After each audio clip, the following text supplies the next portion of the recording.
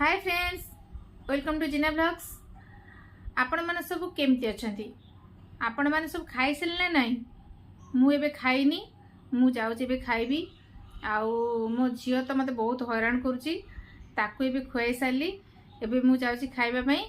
आउ झियो जेमते हैरान करूची, मु तो रोसे बास किछ करि परनी। आज पूरा शॉर्ट रे खाइबा कर देची।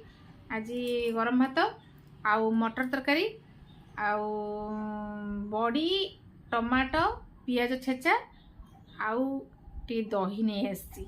दही रे टिके लंका लुण चकड़देवी, खाईदेवी, तापर झील को शुआईबी। आउ आपण मैंने देखंतु मु खाइबाटा केमती हिची। देखंतु एबे भात मटर तरकारी आउ बड़ी पानी आउ दही। आपण मन को दही केमती लागे? बहुत भल लगे ना? मते तो दही सबुदिन ही खाइबा भल लगे। एबे मु जाउची खाइबी।